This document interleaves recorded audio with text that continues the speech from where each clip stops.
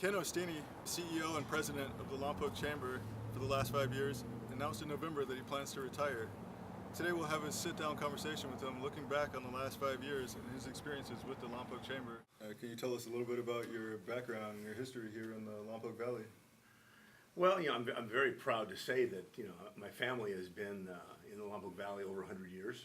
Both my parents, born and raised here, grew up in an agriculture environment. My parents both come from farming backgrounds. I graduated, went through school here, graduated from Lompoc High School, Allen Hancock College, went off to the military for a few years and came back and have been in the Lompoc Valley most of my life. Worked on the base for 30 years in youth and recreation programs. And then at one point this job came open and I thought, well, I might need to see if it's something I'd be interested in, and it's been a great move. So I've stayed active in the community ever since I moved back here in '76 after I graduated from college. So in a nutshell, that's kind of my background. So I guess you were definitely well versed in the ins and outs of the Lompoc area. And well, I've always believed in staying involved. I was a member of the Parks and Recreation Commission for the city for 10 years. Then a member of the school board for 15 years. Involved in a number of different boards, Little League Board of Directors, coached youth sports in different levels, soccer, basketball, baseball. I've been involved in the community in a number of different ways for many years. So. All right, were there things that you learned during your the last 5 years as chamber president? Were there any new things that you picked up on? Or? Well, I think you always are learning new things.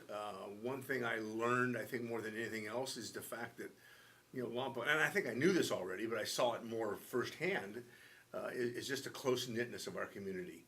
And that's always been something I've been extremely proud of in the Lompoc Valley, is how close the community is. When the community needs to come together to do something, they do it. And I saw more and more of that with the local businesses and how they're always willing to help out and make the community in the valley a better place to live. So do you have a few examples of those times where people have come together to make things happen? Well, I think you look at some of the events that have gone on. Last night I had a discussion with Robin Dunnitz, and Robin Dunnitz was a board member of mine when I first started here, and Robin came to me with ideas and said, hey, look, I want to do something. She started the cash mobs.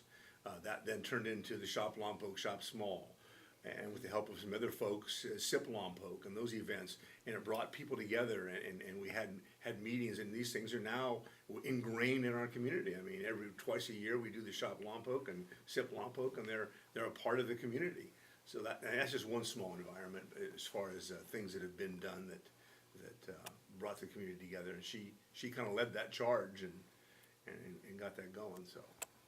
All right. What were some of the biggest challenges you faced over the last 5 years as chamber president?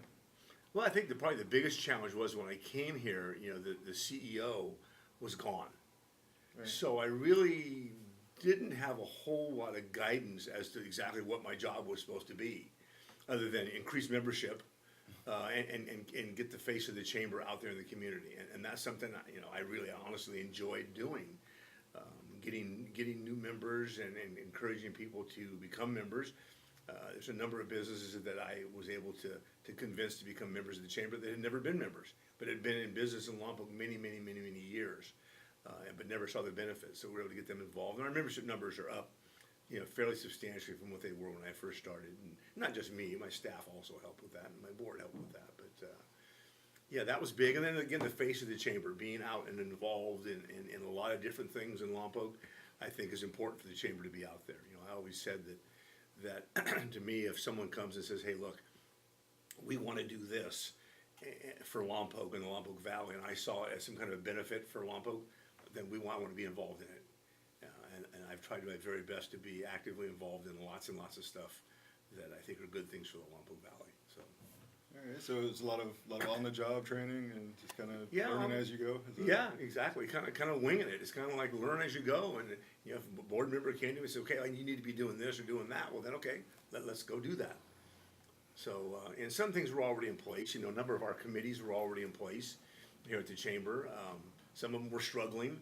But now I think our committees are all doing fairly well, and it's good leadership, good volunteers. I mean, this job is about volunteers. There's only 3 staff members. So when a volunteer comes forward and says, hey, we want to do this, I ask, you know, are you willing to lead that? They go, you bet, and off we go. So it wouldn't be successful without the many, many volunteers. So it sounds like you've always had an open door, and you know, just anyone who wants to, I guess, you know, engage or talk about any issue. Yeah, most definitely.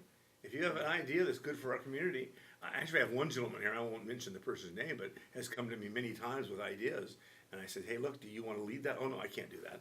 I go, okay, well then, we'll see you later. Thanks for the idea, and he's had good ideas, but you know, you need somebody to help run it too, so. This right here was used to, this used to be a mortuary. And that was used to bring bodies up and down. And somehow this wheel was part of the lowering, raising and lowering mechanism. I've never quite figured out. What are some of the, I guess, accomplishments you would, you know, cite, or things that you're most proud of during your time? Well, I think the increase in membership was always a big deal. It's very important for the chamber. Again, I think the visibility of the chamber in the community, seeing the chamber represented throughout the community, the Lompoc Valley and the county, not just the Lompoc Valley. I think the success of our committees is very big because they're the ones that really are meeting the needs of certain groups. Our Military Affairs Committee, our Hispanic Business Committee, our Leadership Lompoc, our Youth Leadership Lompoc. All these committees are very important to the whole community and are much bigger than the chamber. And again, that's all done with our volunteers more than anything else. And I think the creation of Explore Lompoc was a huge addition to our community too, and I was very involved in that from the beginning. So, yeah, there's a number of things. It's been kind of a whirlwind the last 5.5 years. So have you seen the impact of Explore Lompoc since it started? Like, have you seen a tangible difference? Definitely. I think the numbers of people coming to Lompoc have gone up, and I think it's only going to continue to get better. I mean, the program's still a fairly new program, and you know, there's a lot of advertising going on outside the area that you can tell people, hey, Lompoc's kind of a best kept secret out there. You don't even know it's there. It's not on Highway 101, but you know what? You want to go check it out. So I think with their support, with their marketing firm they're working with, I think we're going to continue to see more people come and explore our area. All right, kind of similar to that. Have you noticed a difference in the business community here? Like just the atmosphere of it. Like, would you say the area is more or less business friendly? Like, have you seen a change at all in the last 5 years?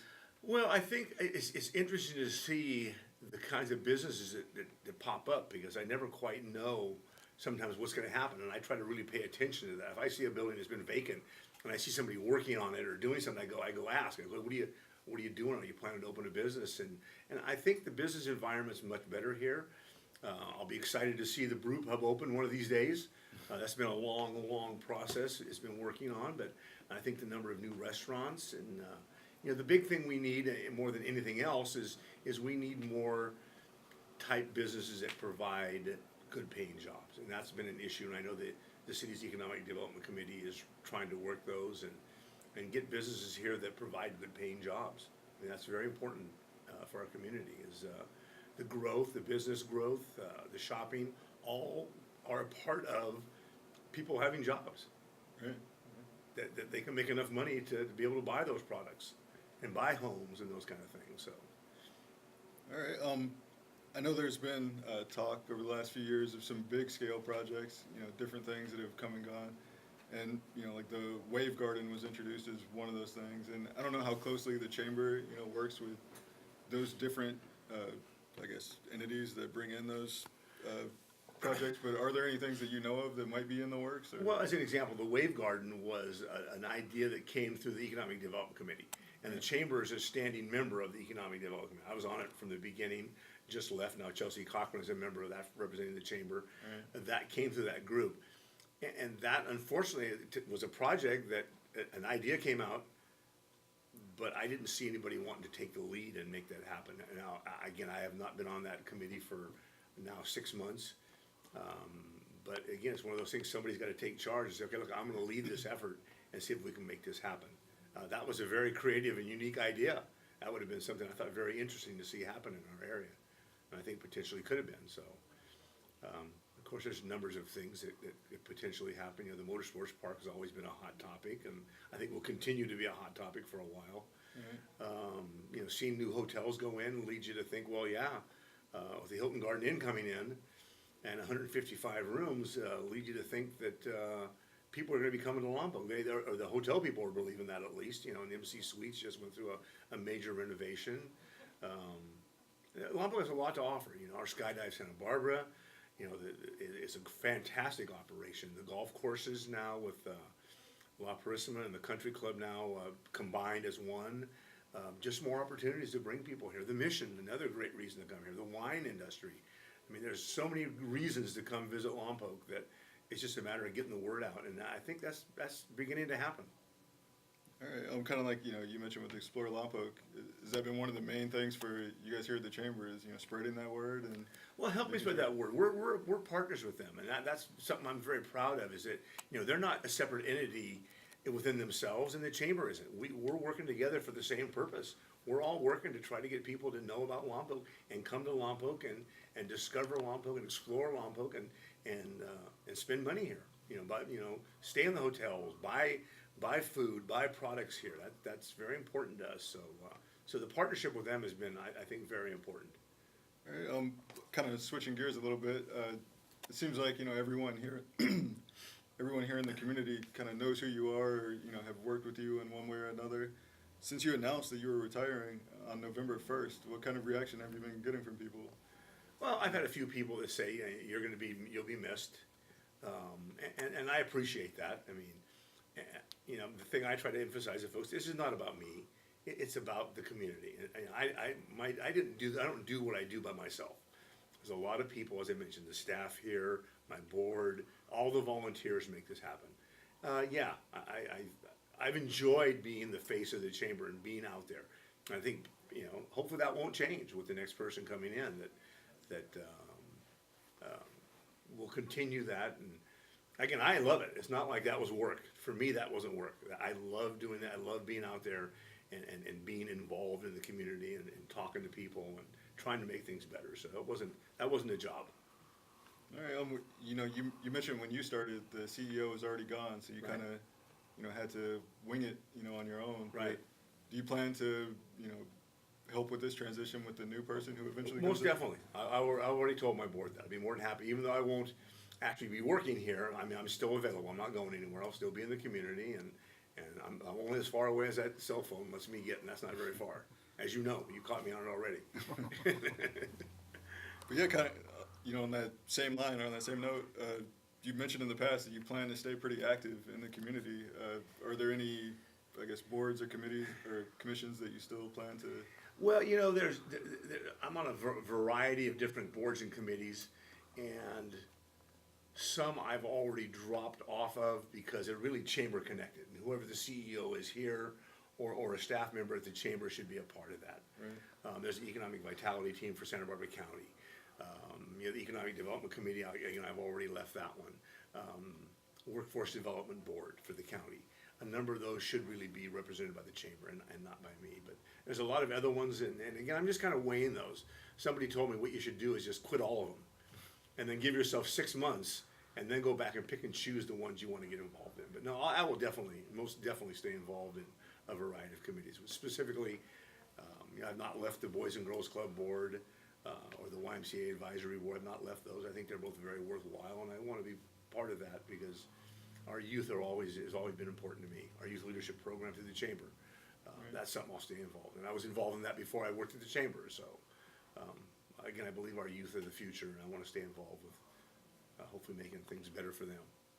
All right. It seems like this job took you in a lot of different, you know, avenues or directions that you otherwise might not have gone.